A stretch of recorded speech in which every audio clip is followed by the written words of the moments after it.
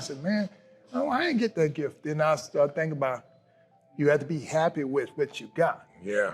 I'm saying, and this is how you get a little bit more. That's right. And you got to be thankful and happy for what you have. Yes. Yeah. So part of your philosophy is to live in a beautiful state then, right? To live in a happy state, appreciative state, a grateful state.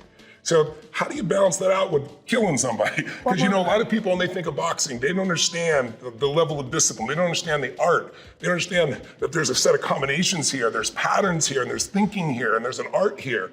It's been called the sweet science boxing, right? Or even martial arts, because I work a lot of warriors, I call them, right? Boxers, athletes, UFC guys.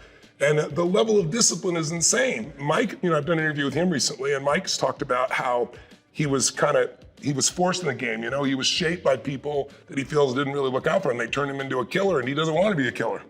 And so it's like he's gone through this transition in his life of hating that part of himself that got honed, but you got to be able to destroy somebody. But you seem to just be able to destroy him in the ring and still love on him afterwards, it seems like.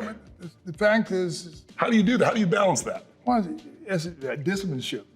So the thing is the fact is that you're taking a chance. So life is taking a chance. It's almost like walking in faith.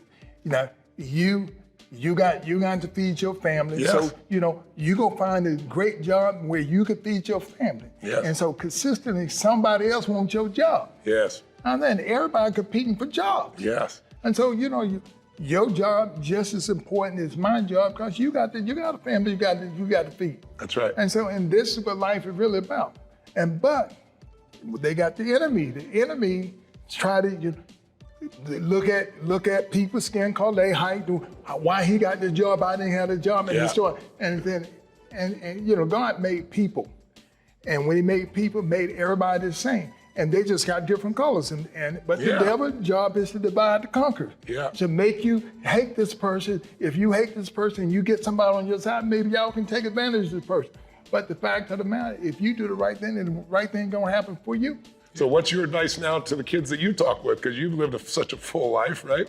What do you try to steer them to when you get a chance to influence them? And you have, 11 children yourself, right? Yep. Mm-hmm. How many boys, how many girls? I had 6 boys, 5 girls. Okay, you got your hands full, bro. Well, the fact of the matter, is when anybody said there ain't no good men's out there, I said, no, you're telling the story. Now I put 6 out there.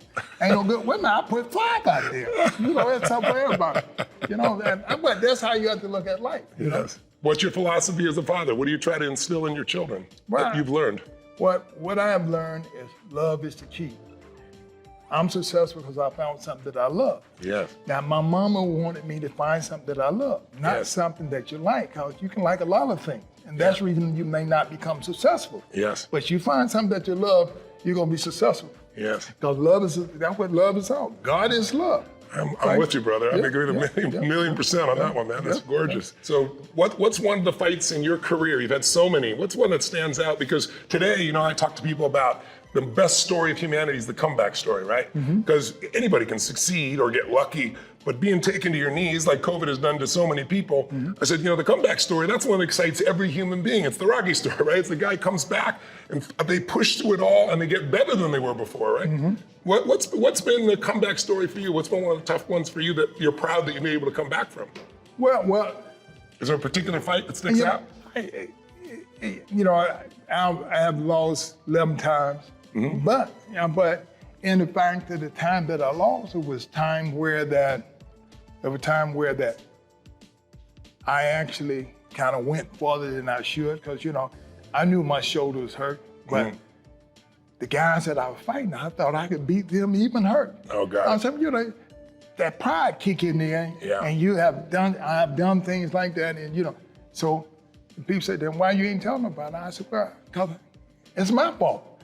I shouldn't have did that. Why would, with me, just at the end of my career, I started fighting guys that were smaller than me. Yeah. And I thought I could beat them even though I was injured. Right? Yeah. I ain't get to sit. I sit there and I go. So what do you do after that? What do you do after you've disappointed yourself?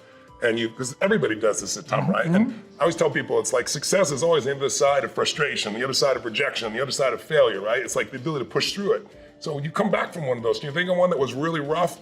How do you get yourself back, back to your top, back to your peak again? Well, the thing is what you have to justify that, hey, this is what I done. This is what I done wrong. So you own what you messed up on. That's right. So then you know what to fix. I say that's instead of blaming the other guy. Yeah, that's it. Because you know what? Cause that's what somebody come. It's your fault, man. That's the other person's fault. You got to be committed to know that you're there to suit you. And so, what does boxing mean to you? What does it mean to be a boxer in your mind? Like, some people think boxing is just this brutal, sport. You obviously don't look at it that way.